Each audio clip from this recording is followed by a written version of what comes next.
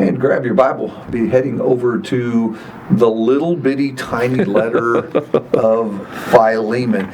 You know, I was reading one guy this week who described Philemon as a postcard and rather than a letter. Oh, absolutely. Yeah, no, I love that. I love that way of referring to it. That's right, because it would have fit on, just a little little piece of papyrus. There is not much here. In fact, maybe you're looking at Philemon, all massive 25 verses of it here, and thinking David and Jeff are going to talk about this. 4 weeks, man. 4 weeks. Never underestimate our ability to talk.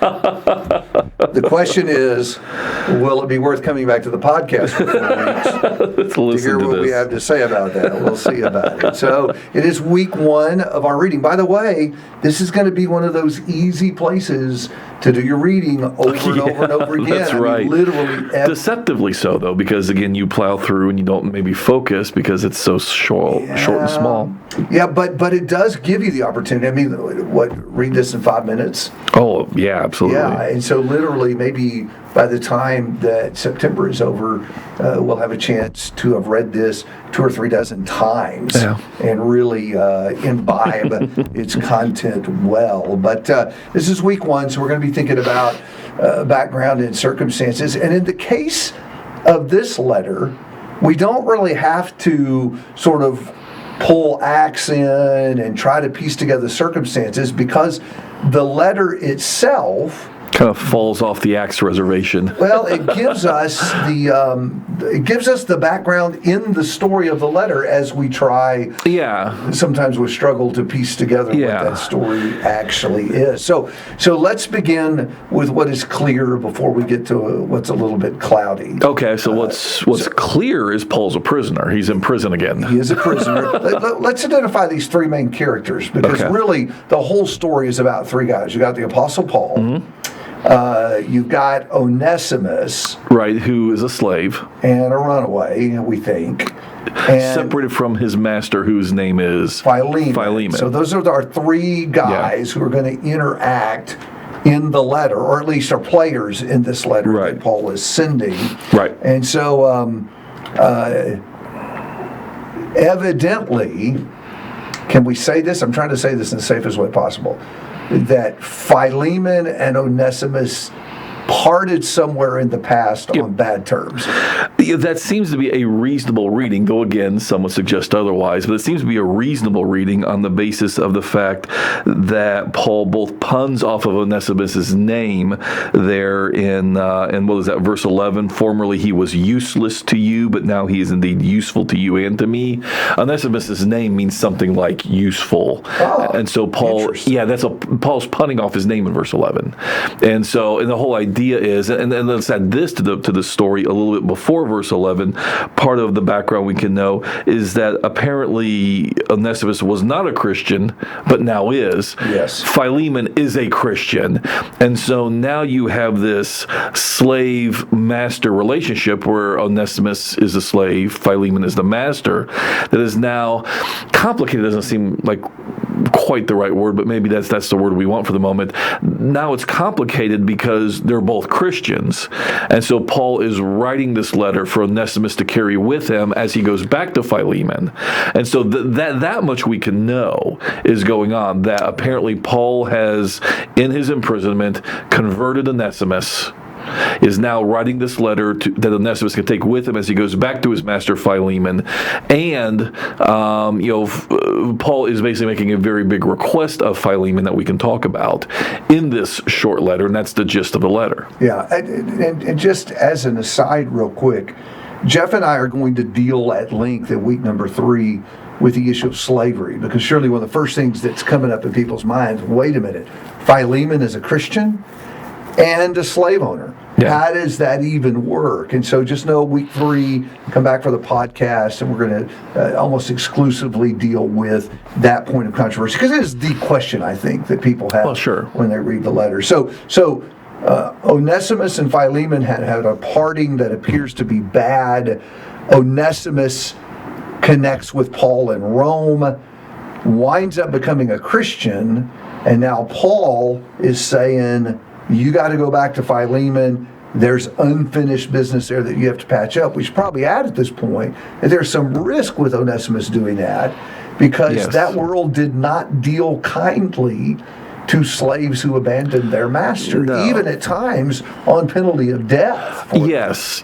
I mean, at the very least, usually a slave, if he or she had run away and was captured and returned, at the very least, they would generally be branded with a big F, somewhere probably on their body, hand, or even forehead. F, Latin for fugitivus, a fugitive, and so they would be branded, marked as a runaway, so that even if they were returned home, that would be that permanent mark that you really can't trust them. Maybe that they are a runner, that they because in the ancient world, again, it's our image of slavery. We'll save this for week 3, but is based on the American experience. Right. Ancient Roman slavery was not that way, and so slaves could be trusted to even be sent on long journeys on their master's behalf. So you'd want to know in the future this slave wasn't trustworthy, so they'd brand them even. But if an owner was really upset, potentially put them to death, all because in the ancient world you wanted slaves to realize, in the inhumanity of it all, there were consequences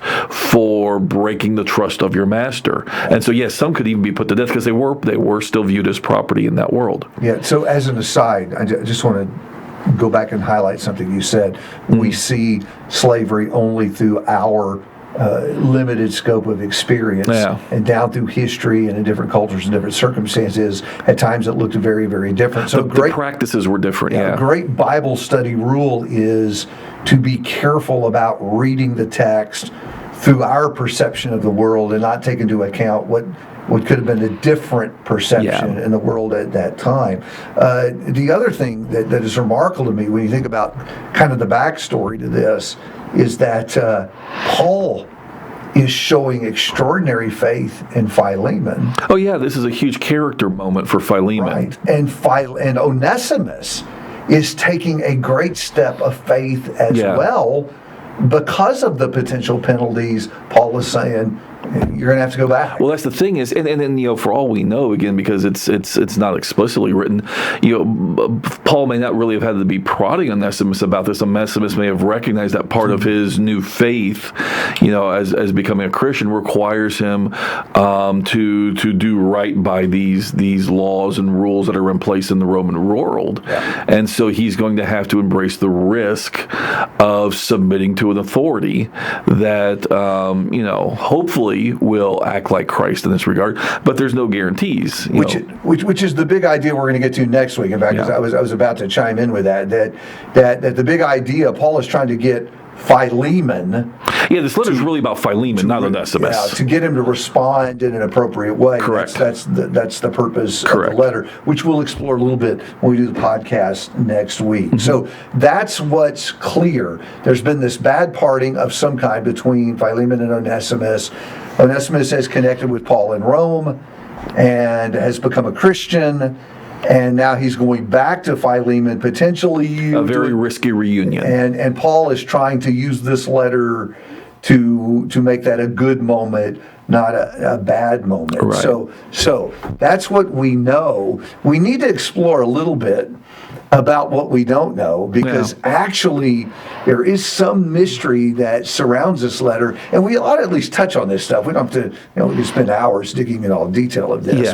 But two big questions. First of all, we don't really know with certainty where Paul is. Yeah, you mentioned Rome a couple of times, which is a traditional reading. The traditional reading is, they meet up in Rome. But it's not the only possibility. No, as this is definitely a later letter, it seems to be. And so really the other two places that Paul may be, one is Caesarea Maritima. He did spend time in jail there. He spends time in jail in there late in the book of Acts, 2 years, in fact, there. Just like he spends 2 years in Rome. That's the Festus Felix ordeal. Correct. Those years there, the 2 years of house arrest in Rome at the very end of the book of Acts then mentions. And so literally Paul's been in prison for a 4-year stretch right there. 2 years in Caesarea Maritima, then shipped off to Rome, 2 years there. The other place, and this is a bit speculated more, but there's hints possibly that Paul spent some time in prison in Ephesus. And the reason especially that some folks want to speculate there is because Philemon seems to be in Colossae. though even that's debated. But Which is close to Ephesus. Which is close to Ephesus, and so you just got some hints and whatnot. But certainly, kind of the more traditional reading is just to acknowledge that Paul is in Rome, that Onesimus has fled or abandoned in some way Philemon, or the mission maybe that Philemon sent him on as a traveler, just decided not to go home. But somehow Philemon or Onesimus has come into contact with Paul, been converted, now has to go home to his master, and it gets complicated. It isn't critical to know that. No. It does potentially alter how the letter is interpreted, but in some small ways. Yeah, in some small ways, right. Because the real issue is about relationships, not. These are more our curiosities than things necessary to understand the letter. The other thing that's a question for students of Philemon is how it is that Onesimus and Paul wind up together, because we know Paul and Philemon have a relationship. I think the indications of the letter are, in fact, that Paul has taught Philemon the gospel. He is a Christian. Correct. Because Paul had shared the gospel with him. At least that's implied. Yeah, it's pretty strongly. I think so. Says. And so, whenever Paul met Philemon, wherever and whatever Onesimus was doing. Onesimus. So when Paul and Philemon were together, right. Onesimus did not become a Christian at that time. Yeah. So whether that's because he wasn't around or wasn't interested, we just don't know any of that. But it is a curious thing that now some time has passed. Yeah. And Onesimus, at least traditionally, has run away from Philemon, but he runs into Paul. Yeah. And the question is, how does that happen? How was it that he actually met with Paul? And the answer is, we don't know the answer. No. Did he seek him out? There's some speculation that maybe he ran out of money and needed something. Yeah. Or providentially. See, and that's, I wonder, verse 15, that there's a passive verb there. I wonder if that's, Paul's way of hinting at the providence. Or perhaps he was for this reason separated from you for a while. Who or what separated him from you? In other words, that God's, providential hand was at work, and whatever Onesimus has done to get himself to Rome and into Paul's presence, God's hand was really in that to see Onesimus saved. Kind of makes me think of Mordecai's words for such a time as this. That's right. That's that kind of deal. Because Paul also makes clear how useful as a Christian Onesimus has become to Paul in his imprisonment. And that's actually why Paul's going to make the request he's going to make. So we're just kind of left to wonder about what it was that caused the two of them to come together, but they did. Yeah. And so now he's got to go back home and he's got to make this right, whatever it was that led to the trouble between them. And so the letter we're reading this month is the letter Paul sends with Onesimus to try to bring about a peaceful reunion between these guys who are now fellow Christians, brothers in Christ. And so we're going to work that a little more next time as we think about what the big idea is in the letter to Philemon. So as you're reading and getting acquainted with the letter, be pondering that. What is it that Paul is trying to say with this very personal letter to his friend Philemon?